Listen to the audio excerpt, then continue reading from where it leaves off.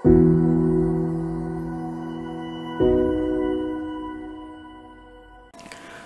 lagi di tutorial widget for Flutter. Di sini kita akan bahas tentang widget single child scroll view untuk menangani overflow. Jika teman-teman punya suatu layout widget row, kemudian di dalamnya ada 3 children, container blue, merah, dan kuning. Kemudian dia punya ukuran tersendiri beda-beda. Nah, di sini di mana si row itu kita simpan di dalam body, di mana body itu dia mempunyai wilayahnya sendiri, yaitu wilayah parent screen-nya, dan dia terbatas, jadi nggak custom, nggak dynamic untuk ukuran lebarnya, tetap segitu.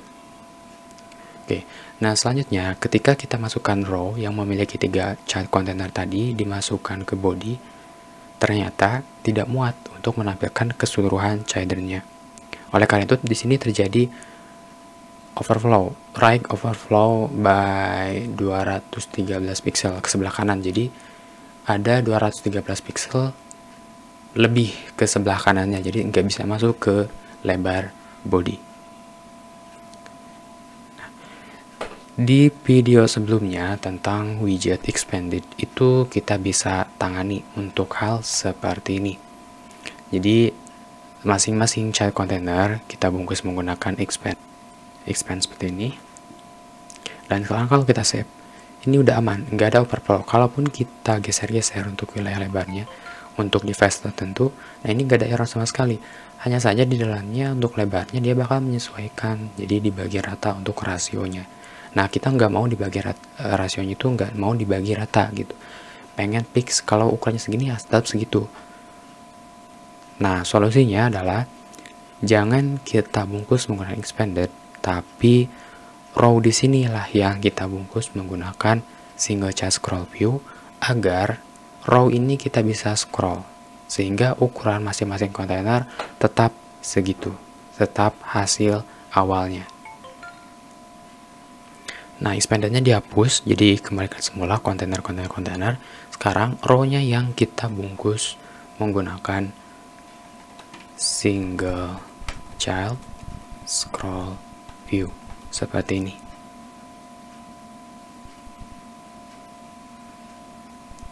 Kemudian kita coba restart.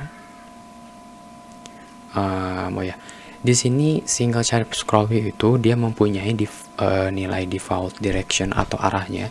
Default directionnya itu vertikal. Sekarang kita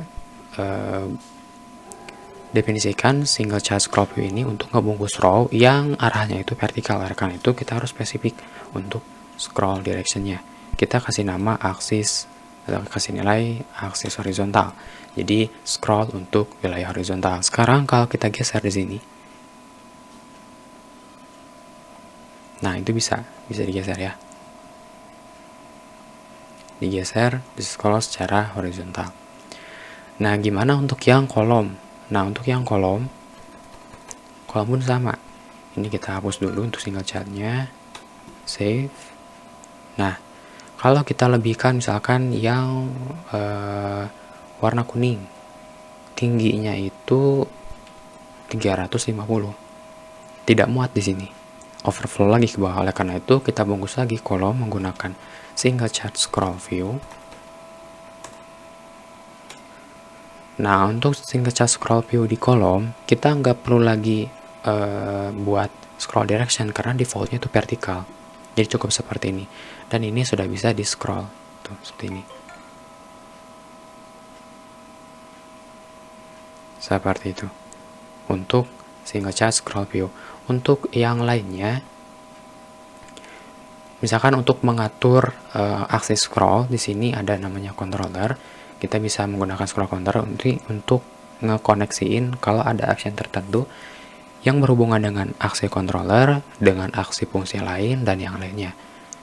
Itu teman-teman harus custom untuk controller ini. Dan variabelnya teman-teman bisa bikin dulu di sini. Misalkan final scroll controller, inisial dulu dari kelas scroll controller, seperti itu. Nah, kalau teman-teman pengen ada aksi kita mau aktifkan scroll dan mau menonaktifkan scroll, kita bisa aturnya di P6 sini. Nah, kalau teman-teman mau scrollnya aktif, ini kita nggak usah pakai P6. Nah, Kemudian kalau mau dinonaktifkan, nanti kita kasih fisik. Kemudian nilainya itu adalah never scrollable fisik. Sehingga kalau kita kasih fisik never scrollable fisik, ini kita nggak bisa scroll lagi. Kalaupun digeser-geser. Karena scroll fisiknya kita udah matikan gitu. Nah, teman-teman kalau misalkan mau dipindah-pindah, mengaktifkan scroll dan menonaktifkan scroll, di sininya tinggal dibikin kondisional aja. Misalkan is enable, kita jadikan null, artinya tidak dimatikan untuk scrollnya. Dan kalau misalkan tidak enable, kita matikan di never scrollable. Contoh, kalau kita ininya is enable, diaktifkan. Kalau kita aktifkan, maka ini bakal bisa di scroll. Tapi kalau false, nilai enable-nya, maka si scrollnya ini bakalan nonaktif. Dan si scroll, nah seperti ini tuh, ada scroll bar, tapi ketika di scroll itu nggak bisa aktif.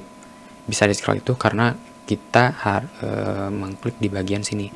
Di sini beda lagi kontrolernya untuk bar dengan controller berdasarkan gesture di wilayah kolom. Oke, mungkin seperti itu untuk atribut dan cara penggunaan yang sering dipakai untuk widget single chat scroll view. Sampai jumpa di next video.